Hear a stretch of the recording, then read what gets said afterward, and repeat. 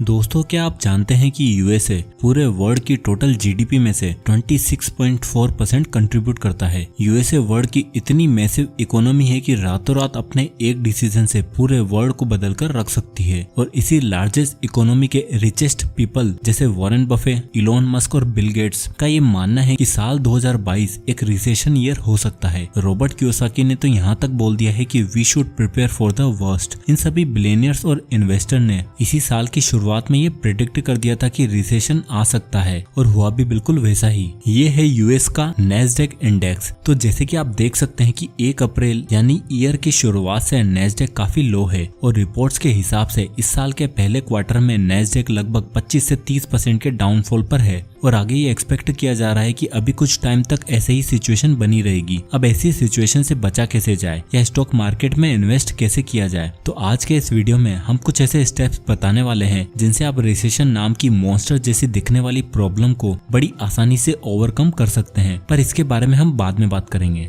सबसे पहले हम जान लेते हैं कि रिसेशन होता क्या है।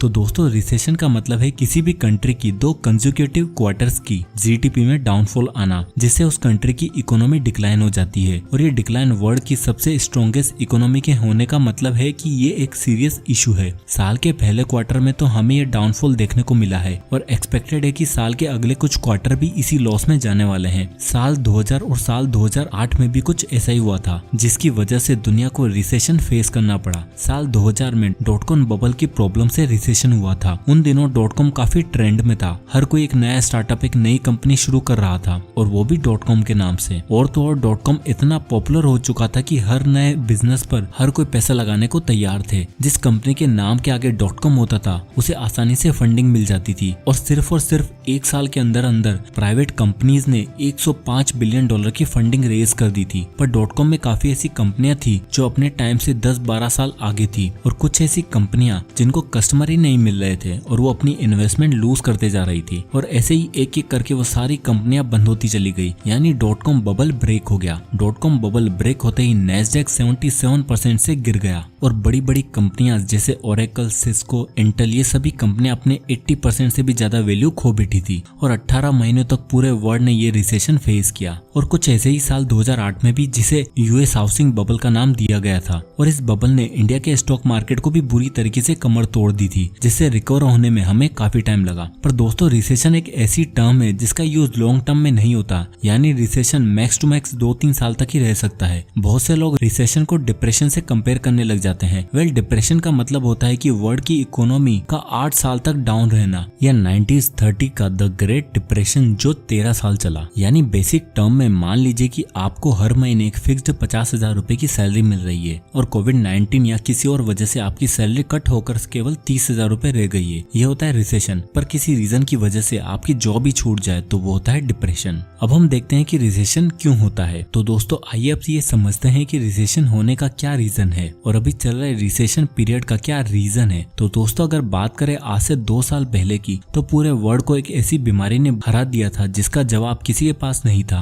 और कहीं ना कहीं वही कोविड-19 पेंडेमिक का आफ्टर इफेक्ट हमें हर साल परेशान करता है। और तो और इस साल 24 फरवरी को रशिया ने यूक्रेन पर वॉर डिक्लेयर करके वर्ल्ड की इकोनॉमी पर काफी बुरा इम्पैक्ट डाला है। और तो और रिसेशन का सबसे मेन रीजन होता है यील्ड कर्व इन्वर्जन, जिसका मतलब है लॉन्ग टर्म डेट के रिटर्न का फेलियर होना और शॉर्ट टर्म डेट का रिटर्न में इंक्रीज होना। हिस्ट्री बताती है कि 1930 के ग्रेट डिप्रेशन के बाद से जब यील्ड कर्व इन्वर्जन आया है, तब तक वर्ल्ड की इकोनॉमी को लॉस फेस करना पड़ा है। और ये कर्व हमें कुछ इस तरह दिखाई देता है। और इस साल के पहले क्वार्टर में भी हमें ऐसा ही कर्व देखने को मिला है। पर दोस्तों, क्या इंडिया में रिसेशन आने वाला है, और क्या इंडिया को काफी लॉस होने वाला है? वेल, सारी चीजों से तो यही लग रहा है कि इंडिया में रिसेशन आने वाला है। और हाँ, अगर यूएस की पोजीशन को देखा जाए तो हमारा स्टॉक मार्केट इस समय काफी अच्छे रिजल्ट शो कर रहा है। और तो और कई लोगों का ये भी कहना है कि 2023 के स्टार्टिंग में सेंसेक्स 75,000 तक पहुंच जाएगा। पर दोस्तों, हम बात कर रहे हैं यूएसए की, जो अपने एक डिसीजन से रशिया जैसी लार्जेस्ट कैपिटल कैपिटलिस्टिक इकोनॉमी को लगभग बैंकरप्ट कर सकता है। उसमें डाउनफॉल होने का मतलब है कि वर्ल्ड को हर सिचुएशन के लिए प्रिपेयर रहना चाहिए। और तो और हमारी नेबरिंग कंट्रीज जैसे पाकिस्तान, श्रीलंका और अफगानिस्तान पर इसका इफेक्ट दिखने भी लगा है।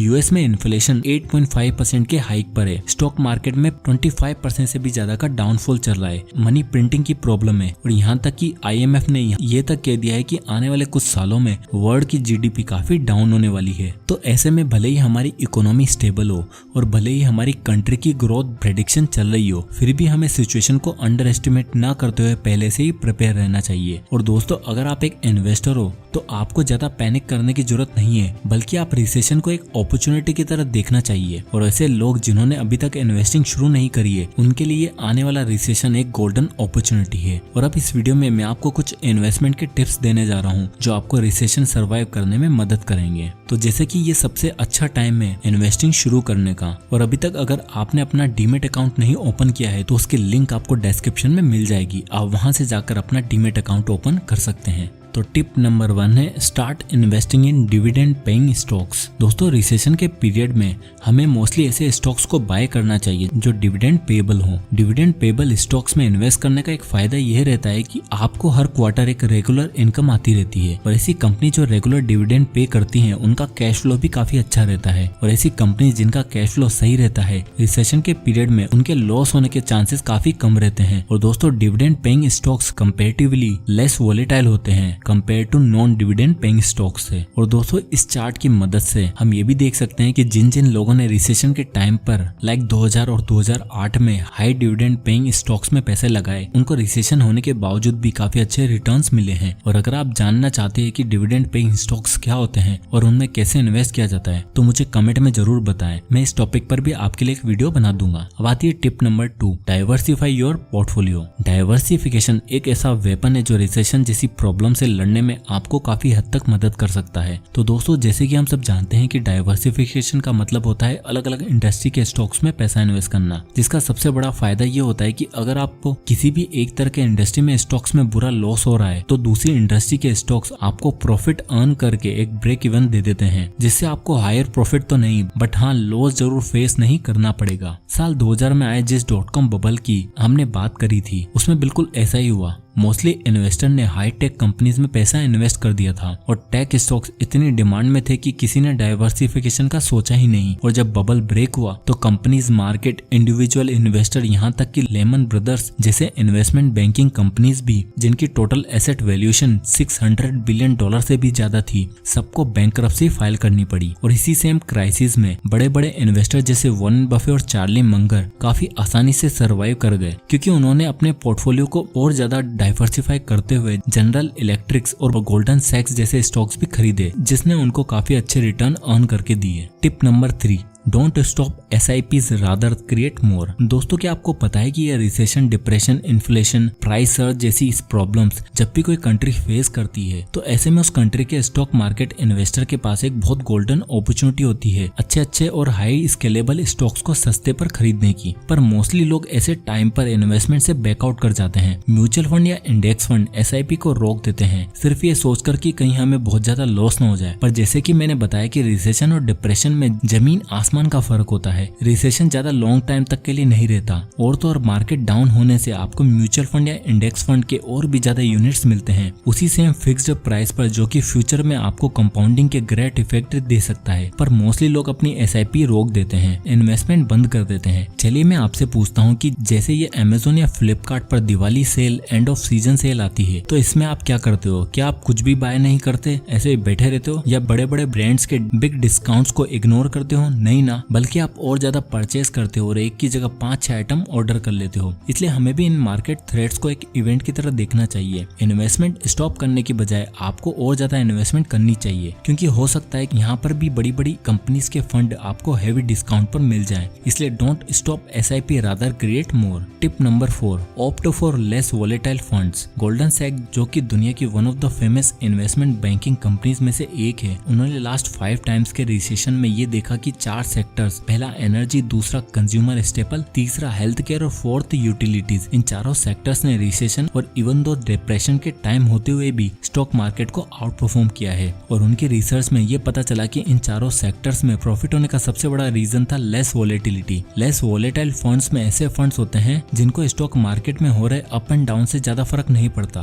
क्योंकि ये कंज्यूमर की बेसिक नेसेसिटीज को पूरा करते हैं। एग्जांपल के लिए कंज्यूमर स्टेपल स्टॉक्स को ही ले लीजिए। कंज्यूमर स्टेपल स्टॉक्स में पीएनजी, हिंदुस्तान यूनिलीवर और वॉलमार्ट जैसी कंपनीज आती है जो बेसिक कंज्यूमर गुड्स प्रोड्यूस करती हैं। जैसे पीएनजी प्रोड्यूस करती है टाइड डिटर्जेंट और एचयूएल प्रोड्यूस करती है लाइफबॉय सोप। अब बाहर भले ही रिसेशन चल रहा हो, पर उस पीरियड में आप नहाना और कपड़े धोना तो नहीं छोड़ोगे ना। बिल्कुल ऐसे ही हेल्थ केयर सेक्टर और एनर्जी सेक्टर भी लोगों की बेसिक नीड जैसे मेडिसिन, इलेक्ट्रिक सप्लाई को भी पूरा करता है। और आप इस रिसर्च में देख भी सकते हो कि ये चार सेक्टर रिसेशन होने के बावजूद भी ओवर द पीरियड अच्छा परफॉर्म कर रहे हैं। इसलिए इस स्टडी को फॉलो करते हुए हमें भी कुछ इसी तरह के स्टॉक्स में अपने पैसे इन्वेस्ट करने चाहिए जो लेस वोलेटाइल होते हैं और मार्केट की बुरी से बुरी कंडीशन होने के बावजूद भी ये स्टॉक्स हमें प्रॉफिट देते हैं। अब आती है tip number 5, think long term and follow an investment plan. दोस्तों सबसे आखिरी और सबसे इम्पोर्टेंट स्टेप जो आपको रिसेशन के टाइम पर ध्यान रखना है, थिंक लॉन्ग टर्म, यानी आपको अपनी इन्वेस्टमेंट पर टिके रहना है और नए नए इन्वेस्टमेंट अपॉर्चुनिटी को ढूंढते रहना है। आपको एक अपने लिए एक ऐसा पोर्टफोलियो बनाना है जिसमें आप लॉन्ग टर्म तक इन्वेस्टमेंट करते रहें और मार्केट के डाउन टाउन से पैनिक करके पीछे नहीं हटना। इन्वेस्टर्स को मार्केट के रिस्क, उनके पास परफॉर्मेंस और उनके कैश फ्लो को ध्यान में रखते हुए इन्वेस्ट करना चाहिए और ज्यादा से ज्यादा उन स्टॉक्स में पैसा इन्वेस्ट करना चाहिए जो लेस वोलेटाइल हो। और तो इन सभी सिचुएशन के लिए सबसे बेस्ट है इंडेक्स फंड और म्यूचुअल फंड, जिसमें टाइम टू टाइम आपको मार्केट की कंडीशन को जज नहीं करना होता। और तो और इंडिविजुअल स्टॉक्स के कंपैरिजन में ये इन्वेस्टमेंट लेस वोलेटाइल होते हैं। इसलिए इन्वेस्ट करते समय आपको हर वो इन्फॉर्मेशन, हर वो सिचुएशन को अवॉइड करना है जो आपको पैनिक सेलिंग करने पर मजबूर करे। और जैसे कि हमने देखा कि रिसेशन ज्यादा टाइम तक नहीं रहता